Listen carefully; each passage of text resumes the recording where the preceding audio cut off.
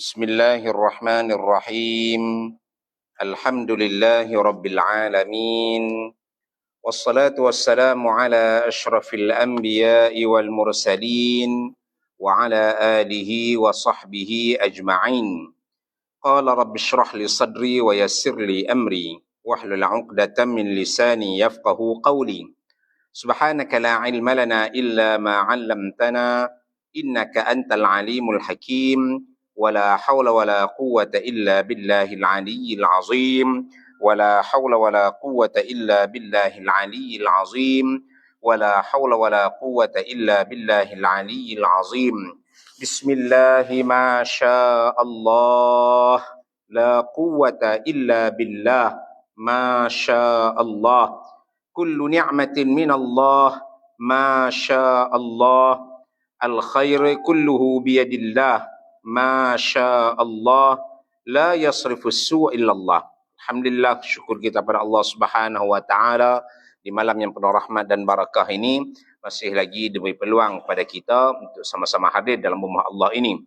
Sama-sama kita tunaikan solat maghrib dan seterusnya sama-sama kita duduk dalam majlis ilmu, mencari dan mengisi dada kita dengan ilmu-ilmu agama. Kita mohon dan kita harapkan daripada Allah Subhanahu wa taala agar menjadikan segala amal perbuatan kita ini sebagai ibadah yang akan mendapat ganjaran pahala daripada Allah Subhanahu wa taala insya-Allah. Jadi pada malam ni insya-Allah kita akan teruskan lagi pengajian kita menggunakan kitab Riyadhus Shalihin, taman orang-orang yang soleh, bagi kita menelusuri, mengikuti, menjejaki apa yang Nabi SAW tunjukkan kepada kita untuk kita capai redha Allah Subhanahu wa taala. Dan pada malam ni insya-Allah kita akan sambung pada hadis yang ke-147 di muka surat 196, 147 daripada kitab Riyadhus Shalihin di bawah tajuk bab pada menyatakan bersederhana dalam mengerjakan ibadah, al-iqtisadu fil ibadah. Ketika mana kita dituntut untuk beribadah, tapi dalam masa yang sama juga kita diminta supaya bersederhana dalam beribadah. Tujuannya apa? Supaya kita ni tak sampai ke satu tahap kita akan jadi stuck ataupun terhenti. Orang yang semangat ni bila kata duk pulun sangat, buat sangat sampai ke satu tahap, dia tinggal terus. Nabi tak mau macam tu. Nabi nakkan kalau boleh kita buat tu biar bersederhana, biar biasa tapi berterusan. Sebaik-baik perkara itu ialah bila mana kita lakukan dengan cara berterusan, bukan hanya sekadar kata semangat awal saja. Dia dapat hidayah, mula orang dapat hidayah lah. Mula-mula dapat petunjuk tu, semayang sampai tak mau nak berhenti. Duk main masjid tak putih-putih. Duk di masjid 24 jam ada di masjid. Dia lepas pada tu seminggu royuk hilang. Tu Nabi tak mau macam tu. Orang yang semangat awal ni biasanya pengakhiran dia tak cantik. Biarlah hak semangat ni tahan sat, jangan terlalu lebih sangat, sekadarnya sahaja, yang penting berterusan. Tapi kalau tak maulah pula sampai ke peringkat awal-awal pun duk luai dah, sampai bila-bila luai juga, tu tak kena lah. Biar pun biasa, tapi apa yang wajib dilakukan kita buat dengan sebaiknya. Hak sunat ni buat sekadarnya, yang penting berterusan. Jangan sampai pulun sangat, lah kali kita akan start, terhenti semua. Tak buat dah. Ataupun sampai ke satu tahap tu, kita dah habis ring dah, orang kata, lah kali berhenti stop terus. Itu tak bagus. Yang paling elok, paling cantik, buat satu benda ni walaupun bersederhana, walaupun sedikit, tapi berterusan. Selama-lamanya kita buat yang tu yang terbaik. Itulah yang ditunjukkan oleh Rasulullah SAW. Pada malam ni kita akan sambung pada hadis yang ke-147. Kalau ikut dalam kitab Dalil Falihin, dia sebutkan hadis yang ke-146. Biasanya bagi nombor ni adalah berlari 1-2 hadis. Dia akan silap ataupun berubah sikit lah. Adalah yang tak kena tak mana tu. Tapi dalam kitab yang ada di tangan kita, terjemahan daripada Jakim pada hadis yang ke-147. Wa an Anas radhiyallahu anhu qala dakhala an-nabi sallallahu alaihi wasallam al-masjid fa iza hablun mamdudun baina as-sariyatain faqala ma hadha al-hablu qalu hadha hablu li Zainab fa iza fatarat ta'allaqat bih faqala an-nabi sallallahu alaihi wasallam hulluhu liyusalli ahadukum nashatahu fa idza fatara falyarqud, muttafaqun alaih. Ini hadis yang cerita pada kita ni supaya walaupun buat amal ibadah, walaupun ibadah tu benda yang utama, tidak diutuskan manusia ni, tidaklah diciptakan manusia ni melainkan untuk beribadah. Wa ma khalaqtul jinna wal insa illa liya'budun. Allah Ta'ala sebut tidaklah dicipta manusia dan jin ni melainkan untuk beribadah kepada Allah Ta'ala. Walaupun macam tu punya keadaan, tujuan utama dicipta umat manusia dan juga jin untuk beribadah, tapi Nabi suruh kita beribadah sekadarnya. Janganlah terlalu lebih sangat. Hak wajib tak boleh buat kira lah. Wajib mesti kena buat lah. Hak wajib mesti kita kena sempurnakan. Yang sunat, ni cerita berkenaan dengan hak sunat ni. Hak sunat kita buat, biarlah sekadarnya, jangan duk lajak sangat. Yang penting berterusan. Kalau agak-agak boleh makan cukup, boleh buat berterusan, sampailah ke mati, yang tu yang terbaik. Walaupun hanya simple saja, ajak orang mai semayang. Ajak pemuda-pemuda mai. Dia bukan buat apa, tapi berterusan. Kesan dia, yang nak tengok ada seorang pemuda di Baling. Waktu dia muda dulu memang kerja dia macam tu. Mengaji pun tak tahu mana pun. Simple je mengaji dia. Sekadarnya lah. Duk ikut kuliah-kuliah ke masjid. Tapi dia ni istiqamah. Duk ajak orang mai ke masjid. Terutamanya pemuda-pemuda, kanak-kanak ni. Nak masuk waktu saya dia pusing lah. Pusing pekan Baling tu. Jom kita pergi semayang. Mai kita pergi semayang. Dia ajak macam tu saja. Masa kata dia meninggal tu. Masjid Baling tu seakan-akan bercahaya. Orang mai ramai ni. Padahal bukan kata ustaz pun. Bukan kata orang yang hebat pun. Bukan kata orang ternama pun. Nak kata sebut, kenal macam tu sajalah. Orang sebut, kenal je. Adalah gelaran dia. Takat tu saja. Tapi nak kata dia ni hebat, dia ni pandai ceramah, dia ni pandai kuliah. Tak juga, orang biasa aja. Tapi masa dia meninggal tu, ditetapkan pukul 11 malam semayang mayat. Lepas balik daripada hospital Kulim, sampai lepas maghrib, terus tak bawa balik ke rumah. Dah dia masuk hospital Kulim, ditidurkan, kemudian habis malam Jumaat. Umur dia habis malam Jumaat lah, petang lepas asar tu habis. Hari Khamis, tu lepas maghrib tu, dia dah dimandikan di hospital ni, terus bawa balik ke Baling, nak simpan di Baling. Sampai di Baling tu lepas maghrib, diletakkan di satu sudut dekat masjid tu, agak di koridor masjid tu. Orang duduk menziarah tak berhenti. Sampai pukul 11 malam, dia bagi tahu pukul 11 malam akan didirikan solat jenazah. Orang tunggu. Saya pun sampai tu, mula tu kata, kenal jugalah. Tak apalah, lajak api lah. Hati kita pun tergerak nak pergi. Kok tu pukul 11 malam, habis kuliah, balik. Tidur di rumah je. Apa tak ada apa kot. Habis lah kot. Duduk rasa macam tu. Tapi tergerak hati, lajak api. Masa tu ingat kuliah di Kulim. Bila sampai di Kupang tu, tergerak hati sendiri. Tak apa, kita lajak api lah. Pergi sampai ke sana. Sampai di sana, tengok-tengok, orang ramai. Bukan kata biasa dia ni, dengan bah lah, dengan kereta penuh Masjid Baling ni. Kemudian masuk tengok tu, jenazah dia adalah siapa yang nak ziarah lagi, bolehlah duduk tengok. Sampai dalam 10.45, dia pun mula tutuplah muka dia, kafan muka dia, tutup semua, kafankan dia. Kemudian bawa masuk pukul 11 tepat, didirikan semayang. Penuh masjid. Kemudian bila dah tengok keadaan macam tu, orang pula pakat berebut nak angkat, nak usung jenazah dia ni. Ikut tu daripada Masjid Baling ni nak pergi ke kubur dekat masjid lama ni, jauh jugalah. Patutnya naik van, bawa pergi van. Tapi dia kata tak payah, kami pakat nak usung. Siapa dia, wallahu alam. Kita pun tak kenal siapa yang mai tu. Tapi ramailah. Ramailah orang, cukup ramai. Usung daripada Masjid Baling tu pakat duk pas sampailah ke masjid lama dan disimpan di sana. Siapa dia yang bawa, wallahu alam.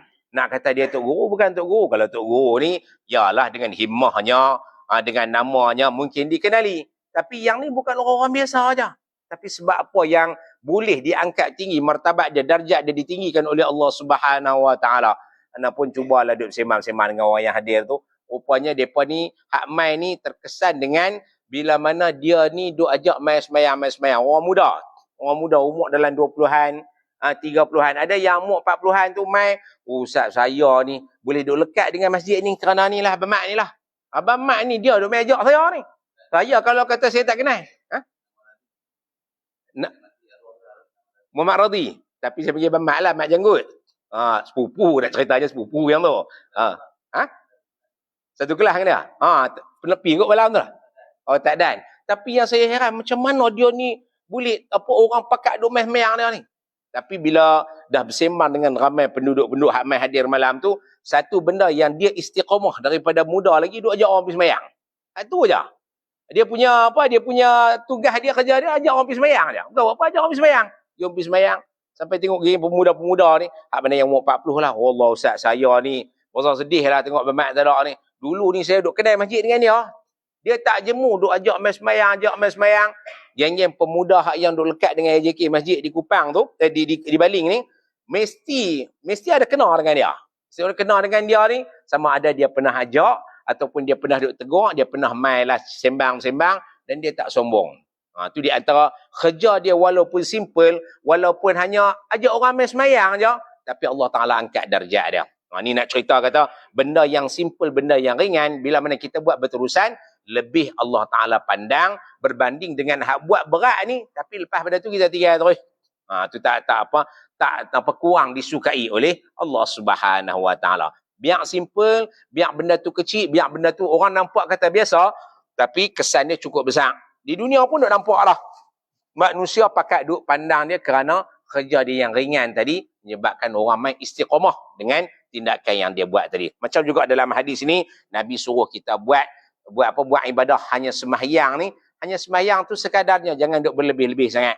Kalau kita dah mengantuk, pergi tidurlah. Seperti mana yang disebutkan di dalam hadis daripada Anas bin Malik ini, dia menyebutkan daripada Anas radhiyallahu anhu katanya, Nabi Muhammad sallallahu alaihi wasallam telah masuk ke dalam masjid. Maka baginda mendapati tali perintang di antara dua tiang. Kalau dalam riwayat Muslim disebut kata baina sariyatain, di antara dua tiang. Tak semestinya dalam masjid ada dua tiang, tapi dalam riwayat yang kita sebutkan di sini muttafaqun alaih ini dia sebut baina sariyatain, ada alif lam. Maksudnya alif lam ma'rifah ni, alif lam ma'rifah ni membawa maksud kata tiang masjid. Kalau dalam riwayat Muslim dia menyebutkan tak mesti tiang masjid, yang penting ada dua tali, ada dua tiang yang diikat dengan tali. Tujuan apa diikat tali kepada tiang ini? Nabi sebut di sini, maka Nabi SAW telah masuk ke dalam masjid, maka baginda mendapati tali perintang di antara dua tiang, diikat di antara dua tiang. Maka Rasulullah SAW pun bersabda, tali apa ini? Ini dia buat apa ni tali ini? Tujuan apa tali ini diikat ni, sebab apa ni?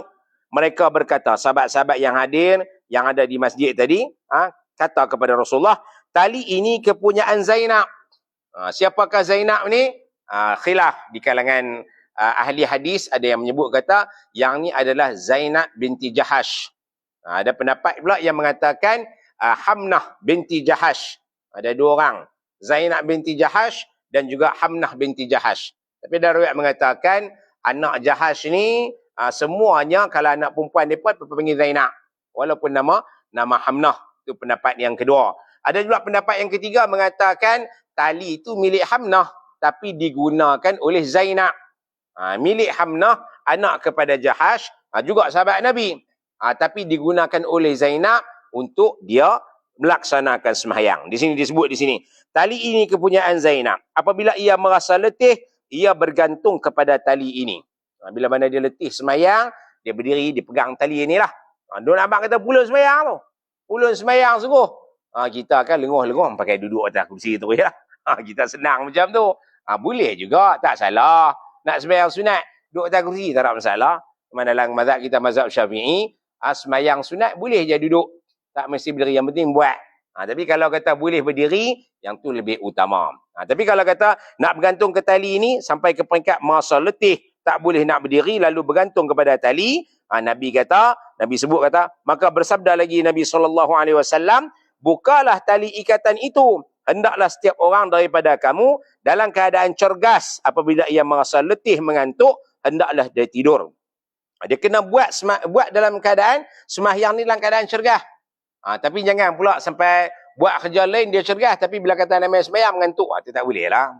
Dia kalau kata fardu, kena buat lebih. Kena buat dalam keadaan yang sempurna, dalam keadaan cergas. Tapi sembahyang sunat ni, kalau mengantuk kan tidur lah. Contohnya bangkit sembahyang malam. Bangkit sembahyang pukul 2, pukul 3 pagi, dah mengantuk, tidur. Tapi kalau siapa yang bermujahadah, bangkit juga istiqamah, dapat pahala lagi besar lah. Itu orang sebut kata sembahyang tahajud, mesti tidur dulu. Sebab apa dia suruh tidur dulu? Supaya kita ada mujahadah, ada kesungguhan untuk laksanakan sembahyang sunat malam tadi. Adapun sembahyang fardu, tak boleh dia buat kira lah, kena sembahyang lah. Kalau kata mengantuk sangat, kalau boleh sembahyang dulu. Sembahyang dulu. Mengantuk sangat pun sembahyang dulu. Sembahyang sekadarnya. Jangan dia tidur. Orang yang rajin duk jaga sembahyang fardu dia ni, contoh sembahyang isyak, yang ada jumpa setengah tu, bila mana dia tak buat sembahyang isyak ni, tidur tak lena. Tidur tak lena kerana apa? Semayang isyak tak laksanakan lagi. Ada setengah orang, dia mengantuk, dia lena, tak kira semayang tak semayang. Orang macam ni berat ni. Kalau kita boleh lena dalam keadaan kita tak semayang, tanpa berasa bersalah, ada masalah pada hati kita. Ini di antara tanda-tanda hati kita ni dah semakin diselaputi oleh dosa. Dengar Al-Quran tak ada memberi apa kesan pun. Dengar nasihat, bolehlah dengar masuk telinga kanan, keluar telinga kiri.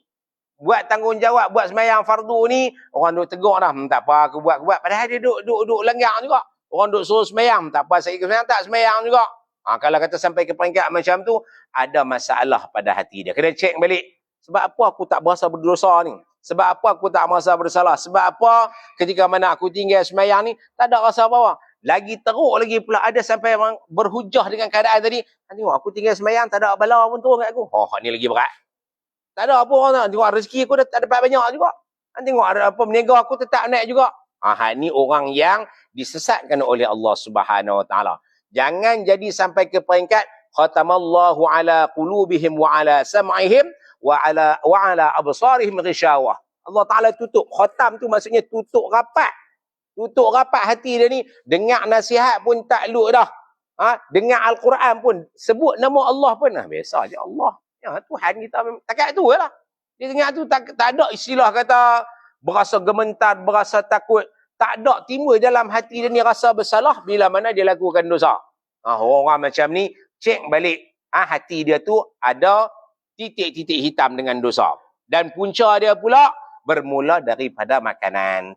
Ni tengok balik dalam kitab Al-Wafi syarah kepada Arba'in An-Nawawi ketika menghuraikan tentang hati. Wa inna fil jasadi mudghah idza salahat salahal jasadu kulluh wa idza fasadat jasadu kulluh ala wa hiya al-qalbu. Dalam diri manusia ada seketul daging. Apabila baik daging tadi, maka baiklah keseluruhan tubuh badannya. Apabila buruk daging tadi, maka buruklah keseluruhan tubuh badannya. Itulah yang disebut sebagai hati. Hati kita dah diselaputi dengan dosa yang terlalu banyak. Akhirnya teguran, nasihat, ayat Al-Quran, selawat, zikir tak memberi apa-apa kesan dalam kehidupan kita. Wal'ayazubillah. Mudah-mudahan Allah Ta'ala jauhi kita daripada sifat tersebut.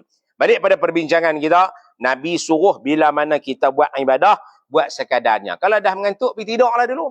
Tak payahlah duk pulun juga semahyang sampai berjaga. Seperti mana hadis yang sebelum ni, sahabat Nabi yang sebut kata, aku ni nak semayang malam, tak mau tidur. Aku ni tak mau nak menikah kerana nak ibadah. Aku ni tak mau makan, nak puasa sepanjang masa. Lalu Nabi kata, aku ni Nabi walaupun seorang Nabi, tetap juga aku tidur pada waktu malam. Walaupun aku Nabi, tetap juga aku berkahwin. Walaupun aku Nabi, aku puasa, lalu aku buka. Bukan kata sepanjang masa aku duduk puasa. Itu tak Nabi lah. Diampunkan dosa dia, tetap juga buat sekadarnya sahaja. Tak ada istilah kata berlebih-lebihan. Maka dalam hal ni, bagi kita yang nak capai redha Allah Ta'ala, ikutan yang paling baik ialah apa yang ditunjukkan oleh Rasulullah. Ibadah sekadarnya.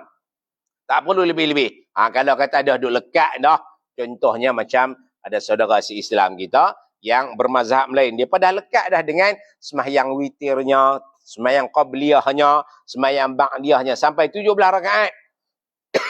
Orang yang tak faham, dia bergelak. Apa pula semayang isyak sampai 17 rakaat? Dan dia tak faham. Mazhab yang lain mewajibkan semayang witir itu wajib. Bila kata wajib, dia pakai nak buat. Hak kita ni tak wajib, kita hanya sunat je. Tapi sunat muakkad. Kita tak buat pun. Gelak dekat mereka. Apa ni hang semayang sampai 17 rakaat? Kita tak faham. Kita tak erti. Jadi kita duk kata dia tak betul. Pada dia, memang benda tu dah dibuat, dah jadi darah daging dia. Boleh dia buat tak tinggal, tak apalah. Kita pula kalau kata main semangat, try tengok buat 17 rakaat. Main 3 malam, tinggal. Letih lah, pakai tak buat kerja lain. Aku dah buat kerja ni, pakai meniaga aku tinggal, pakai tak buat apa. Dia jadi macam tu.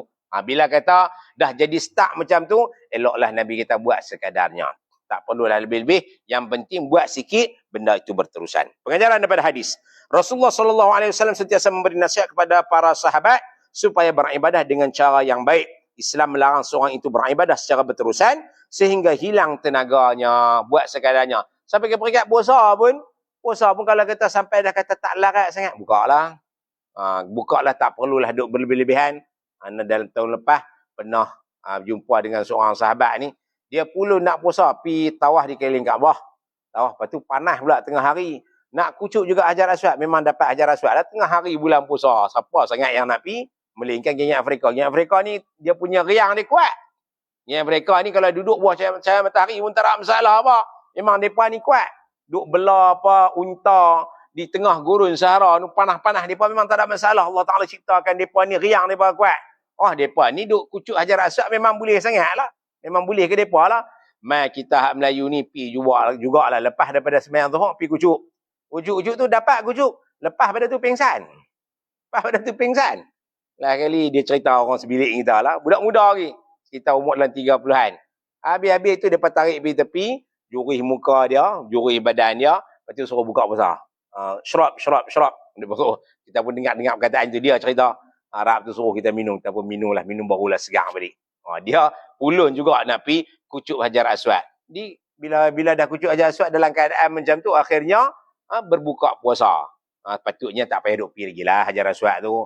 Puasa ni bulan Ramadan je. Orang yang buat kewajipan dalam bulan Ramadan ni digandakan pahalanya sebanyak 70 kali ganda. Orang yang buat sunat diberikan pahala seperti mana melakukan perkara wajib. Jadi terlepaslah dia sikit. Betul lah nak kucuk Hajar Aswad tu. Tapi bila mana keadaan yang lebih utama, ibadah yang lebih utama tertinggal, rugilah. Di sini cara tak langsung nak bagi tahu kepada kita, bila mana buat ibadah tadi, biar dengan ilmu. Kita kena ada ilmu. Ni sehingga kan nak buat semayang ni pun, seperti mana yang Nabi tegur kepada Zainab binti Jahash ni, betul nak semayang, betul nak buat ibadah, betul nak menyembah Allah Subhanahu Wa Taala, tapi biarlah dengan ada ilmu. Ibadah yang kamu lakukan, biarlah dilakukan dengan tenaga yang sepatutnya. Kudrat yang Allah Ta'ala beri kepada kamu, gunakan sebaiknya. Tak perlulah duk berlebih-lebihan. Kemudian hadis yang kedua, wa an Aisyah radhiyallahu anha anna Rasulullah sallallahu alaihi wasallam qala idza na'asa ahadukum wa huwa yusalli falyarqud hatta yadhhab anhu an-nawm fa inna ahadakum idza shalla wa huwa na'isun la yadri la'allahu yadhhabu yastaghfiru fayasubba nafsahu. Muttafaqun alaih. Daripada Aisyah radhiyallahu anha bahawa Rasulullah sallallahu alaihi wasallam telah bersabda, jika seseorang daripada kamu mengantuk ketika menunaikan sembahyang, hendaklah dia tidur selepas sempurna sembahyang. Maksudnya tidur lepas pada selesai sembahyang. Bukan kata tengah-tengah sembahyang mengantuk, tinggal sembahyang tak. Sempurnakan sembahyang tu. Tapi kalau kata dia tak boleh dah, benda hak yang wajib dia buat, hak sunat dia buat dalam keadaan mengantuk, dia tidur dulu lah. Ni mengantuk sangat, buat sembahyang juga, lain-lain kali tidur dalam sujud. Orang lain bangkit sembahyang sambung banyak rakaat dah, yang dia tak bangkit-bangkit lagi. Amboi khusyuk sungguh lah dia ni sembahyang. Rupa-rupanya lena. Duk lena dalam sembahyang. Tak perlulah sampai ke peringkat macam tu. Kerana apa? Takut seperti mana yang Nabi sebut. Nabi kata, sesungguhnya seorang yang sembahyang dalam keadaan mengantuk, ia tidur, ia tidak sedar boleh jadi. Sesungguhnya seorang yang sembahyang dalam keadaan mengantuk, ia tidak sedar boleh jadi dia hendak meminta ampun, tiba-tiba dia memaki dirinya sendiri. Ya subba ni, dia mencela diri dia sendiri. Dalam riwayat yang lain menyebutkan, diterjemahkan, dia duk sebut satu benda yang keluar daripada apa yang sepatutnya. Asalnya, dia sembahyang ni untuk diampunkan dosa, tapi duk cari lagi dosa dengan cara mencela diri dia. Itu tak kena lah. Duk suruh Allah Ta'ala, istilah kata celah dia lah. Allah Ta'ala azab dia. Kerana apa? Dalam keadaan mengantuk. Jadinya ketika mana sembahyang, waktu mengantuk, pergi tidurlah dulu. Nak berdoa pun berdoa dengan cara yang betul. Sebab itulah bila berdoa ni satu lagi, pengajaran daripada hadis ni juga, kita berdoa, biarlah doa yang kita sebut tu je lah. Jangan duk sebut bunyi ujung-ujung dia. Amin. Benda apa dia cerita ni? Sebut benda apa ni, maksud dia apa ni? Dan kalau kita dengar orang berdoa dalam keadaan tak ketahuan butir, tak tahu benda apa ni, tak disunatkan kita mengaminkan.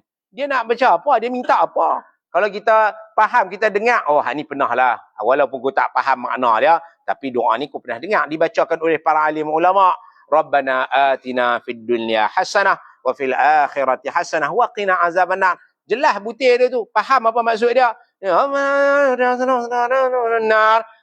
Al-Fatihah. Oh, last sekali bunyi macam tu. Dia tarik tu lagi khusyuk.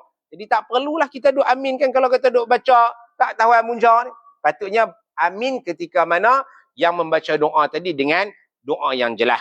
Sama juga keadaan dia dikiyahkan dalam keadaan seperti mana Nabi larang sahabat ni bila mana sembahyang dalam keadaan mengantuk. Dalam keadaan mengantuk, maka tinggal saat dulu sembahyang, maksudnya sempurnakan sembahyang yang dah pun dibuat. Kemudian lepas pada tu tidur, lagi sambung balik. Kalau qiyamul lail pun, qiyamul lail nak buat tu, biar dalam keadaan betul-betul segar. Silakan nak buat qiyamul lail ni, ada ulama mengatakan apa? Bila kata buat sembahyang malam ni, ditemani dengan secawan kopi. Minum kopi ketika mana nak beribadah malam. Mungkin pernah dengar lah cerita tu berkenaan dengan kopi. Walaupun ada duk sebut, ni kira nak pelaris dia punya jualan kopi dia. Tak. Sebab kopi ni, dia bagi kita cergah. Dia bagi kita cergah. Kena kopi pek tu lah, Allah cerah biji mata. Tapi kopi-kopi yang betul-betul pure lah. Betul-betul pekat tu. Kalau kopi yang biasa ni kadang tu tak jadi. Dan kalau kata memudaratkan, tak boleh jugalah. Duk minum 3 in 1 tu, tu tak apa elok lah. Tapi kalau kopi kosong ni, saya pernah lah kena misalnya di Syria, kopi Arab. Dia punya bubuh rebuk kopi tu dekat 2 sudu besar tu. Kemudian dia pelekat pergi dekat dia punya alat dia tu. Dia buh yang panas tu. Dapatlah sikit lebih kurang dalam 3 tudung ni dah. Kopi tu 3 tudung ni je. 3 tudung pekat sungguh. Kena tu Allah tak lena sampai ke pagi. Kita naik bah daripada Syria. Nak daripada Damsyik nak pergi ke Badrusiah. Nak pergi pantai. Naik waktu malam pukul 12 malam. Kemudian lena dah di atas bah tu. Ngantuk sangat dah. Kemudian berhenti pukul 3 pagi. Ada berhenti kat satu perhentian tu. Mereka duk jual kopi. Try tengok minum kopi tu. Tak lena sampai ke pagi. Tak mengantuk. Oh, dia memang kena kau-kau punya. Jadi kopi tu bagi cergah. Kalau kita nak sembahyang malam, boleh minum kopi bagi cergah, buatlah. Minumlah. Kerana apa? Benda tu boleh mencergahkan dan juga kita ibadah tadi dalam keadaan segar. Dalam keadaan kita minta itu, kita tahu benda apa kita minta. Kita berdoa dalam keadaan kita faham apa yang kita doakan. Kalau kita minta doa tu dalam keadaan antara tenggelam timbul, tak payah lagi lah, tidurlah dulu. Dan disebutkan juga maksud kata na'isun. Na'isun di sini ni orang yang lali ataupun orang yang di antara tidur dengan jaga tu lebih banyak lagi. Jaga tu ataupun sedang tu dalam 60%, 40% kuih mengantuk dah. Tidurlah. Tidurlah. Kalau kata dah pergi sampai 60% mengantuk, 40% saja sedang, tu lagi masalah. Itu lagi masalah. Nabi tak bagi kita sembahyang dalam keadaan kita mengantuk. Sebab apa? Kerana di dalam sembahyang ni pasti akan ada, seperti mana sebagian ulama menyebutkan, di dalam sembahyang ni Allah Subhanahu Wa Taala berikan satu masa, Allah Taala khaskan satu masa dalam sembahyang ni, ada masa yang mustajab. Bimbang takut masa kata duk minta tu, masa kita duk celah diri kita sendiri. Maka pada ketika itu keburukan akan menimpa kita. Sebab itulah Nabi tak bagi kita sembahyang dalam keadaan mengantuk. Tak patah lagi pula, bimbang takut ada perkataan yang menyebabkan kita ni terkeluar daripada agama Islam. Seperti mana pernah berlaku pada sahabat Nabi. Hak ni bukan sebab mengantuk. Hak ni sembahyang dalam keadaan mabuk. Di awal-awal Islam, boleh lagi duk minum arak. Kemudian, sahabat ni pergi sembahyang. Bila sembahyang tu dia baca, Qul ya ayyuhal kafirun. Qul ya ayyuhal kafirun. Katakanlah. Ayyuhal kafirun, wahai orang kafir. La a'budu ma ta'budun. Aku tak akan sembah apa yang kamu sembah. Wala antum a'biduna ma a'bud. Dan kamu tak akan sembah apa yang aku sembah. Wala ana 'abidum ma 'abadtum. Aku tak akan sembah apa yang kamu sembah. Wala ana 'abidum ma 'abadtum. Dan aku tak akan sembah apa yang kamu sembah. Lakum dinukum waliyadin. Bagi kamu agama aku, bagiku agama aku. Ini ketika mana diminta supaya apa? Nabi satu hari pergi ke kuil mereka, satu hari mereka akan main masjid. Turunlah ayat ni, nak bagi tahu kata, Islam dengan bukan Islam ni tak sama. Tak boleh duk tawar-tawar macam tu.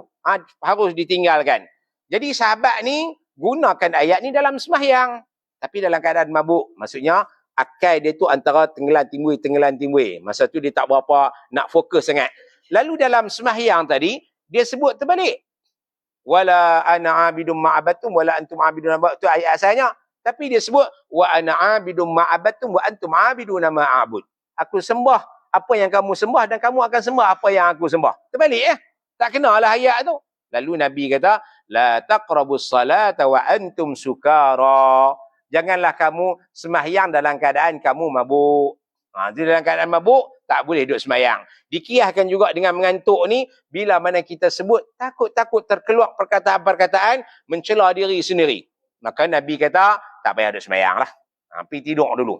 Ambil bantai, tidur dulu, lepas pada tu sembahyang. Kalau kata minum kopi, tak apa, minum kopi kita segar. Kita segar, akal kita ada, kita pun segar, kita pun sedar benda apa yang kita sebut. Al-Quran kita baca dengan lebih sempurna. Dan satu lagi pula, nak baca Al-Quran tu pun, pastikan kita tahu ayat dia yang lebih sempurna. Jangan duk baca tak tahuan. Itu dalam kitab fiqh, dia sebutkan, bila mana baca saja ayat Al-Quran, jangan diubah baris dia kalau kata sampai ke peringkat perubahan yang buruk. Siratal ladzina an'amta alaihim, siratal ladzina an'amtu alaihim. Tak boleh. Tak boleh tu, batal sembahyang, dan kalau disengajakan boleh membawa kepada murtad. Sampai ke peringkat macam tu. Jadi baca ayat Al-Quran tadi, biar dalam kita faham dan juga betul bacaan kita.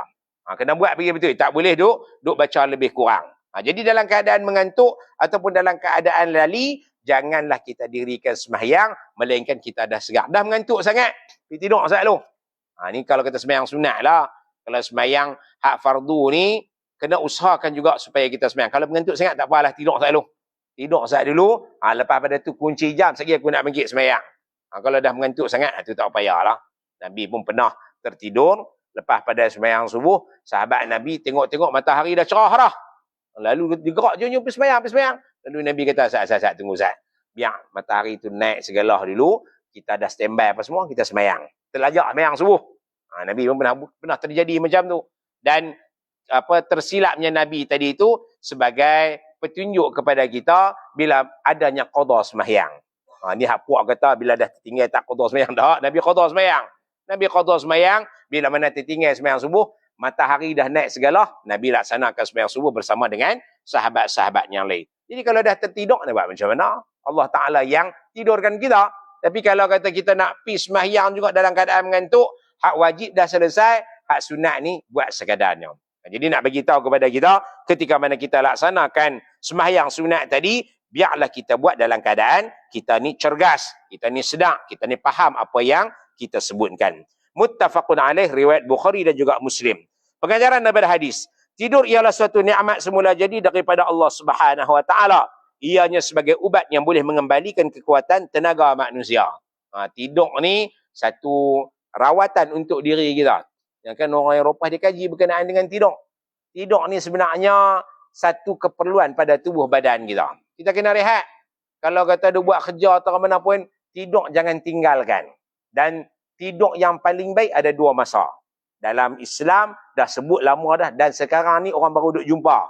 Bila kaji berkenaan dengan tidur, tidur je pun dikaji. Dan sebenarnya tidur tu pun kebaikan dia untuk diri kita sendiri. Pertama sekali, tidur lepas daripada sembahyang isyak. Mana duk ulang lah duk sebut. Lepas pada sembahyang isyak, tak payah duk jamu lah. Ustaz ni makan ni lepas sembahyang isyak tu, dia nak nasi arak lah, kepala kambing lah, apalah. Orang nak tidur. Bila nak tidur ni makan banyak, payah nak lena. Jadi lepas isyak ni buat apa? Lepas pada sembahyang isyak, cari bantai tidur. Biasa akan macam tu. Dan siapa yang biasa dia buat macam tu, dia akan terasa nikmatnya bila bangkit pagi lagi. Tidur lepas pada sembahyang isyak, insya-Allah pukul 2, pukul 3 dia boleh bangkit dengan sendirinya. Insya-Allah. 4 jam, 5 jam kita tidur, insya-Allah dia bagi tenaga kepada kita. Itu masa yang pertama, tidur lepas pada sembahyang isyak. Dan sememangnya Allah Taala ciptakan masa lepas pada sembahyang isyak ni untuk badan manusia ni rehat. Siapa yang tak mau nak ikut yang tu, kes tu yang duk jadi masalah tu.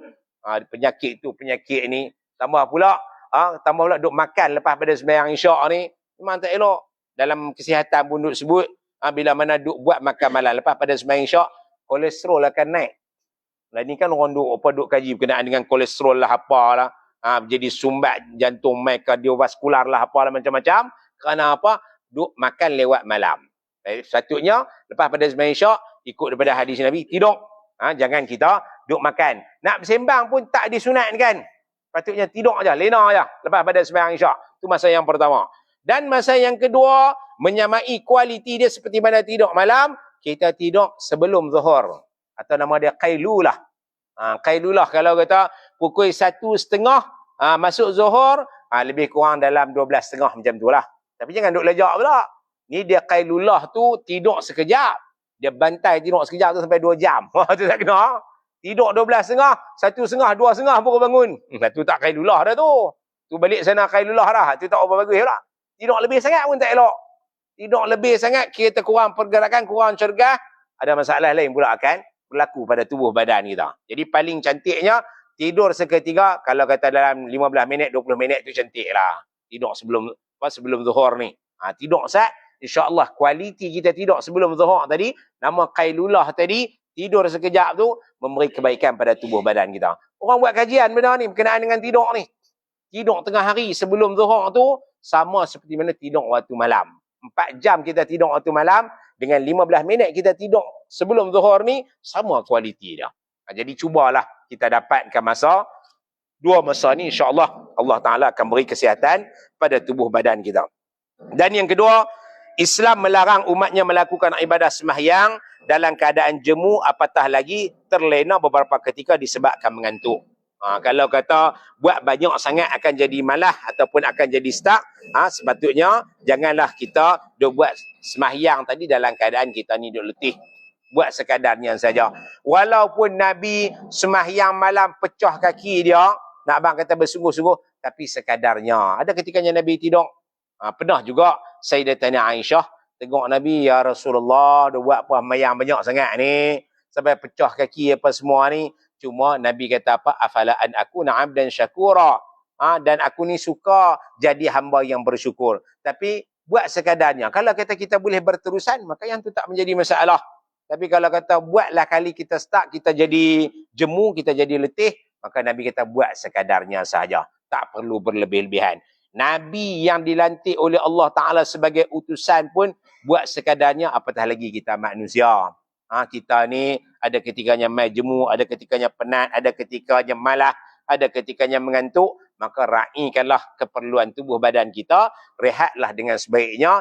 InsyaAllah benda tu lebih baik daripada kita buat banyak-banyak, akhirnya kita terhenti tak buat langsung, maka yang tu perbuatan yang Allah Ta'ala tak suka.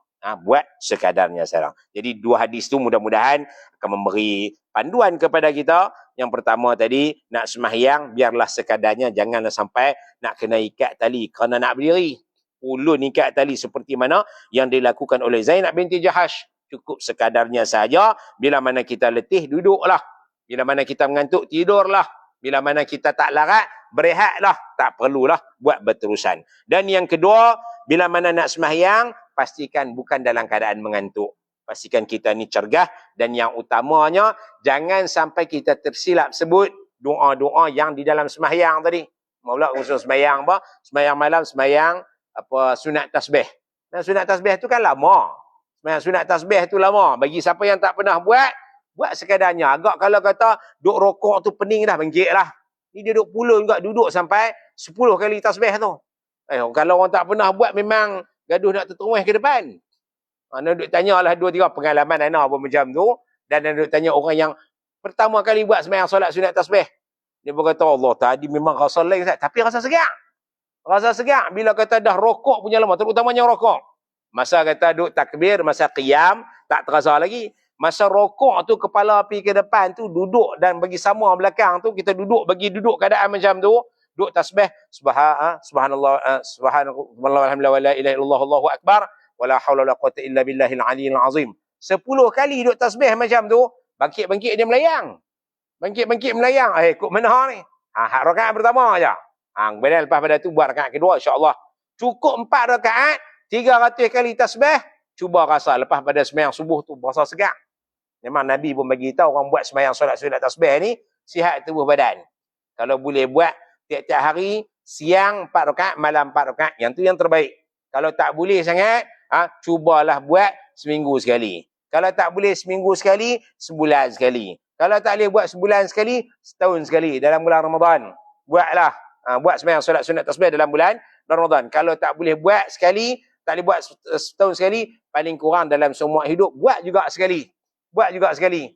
Kalau sekali pun tak boleh buat juga, tak tahu nak kata baik mati dah kot. Mati-mati, Allah terlupa dah buat sembahyang solat sunat tasbih. Patutnya buatlah walaupun sekali. InsyaAllah Allah Ta'ala kurniakan kesihatan kepada tubuh badan kita, insyaAllah. Mudah-mudahan apa yang kita dengar Apa yang kita baca memberi manfaat pada kita semua. Mohon maaf salah kata tersilap bahasa. Aqul qawli hadza wa astaghfirullahal azim li wa lakum. Wassalamualaikum warahmatullahi wabarakatuh. Ada soalan kan nak tanya sirah? Tak ada soalan kan?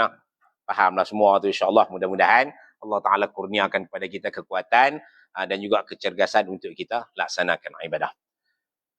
Aqul qawli hadza wa astaghfirullahal azim li wa lakum. Wassalamualaikum warahmatullahi wabarakatuh.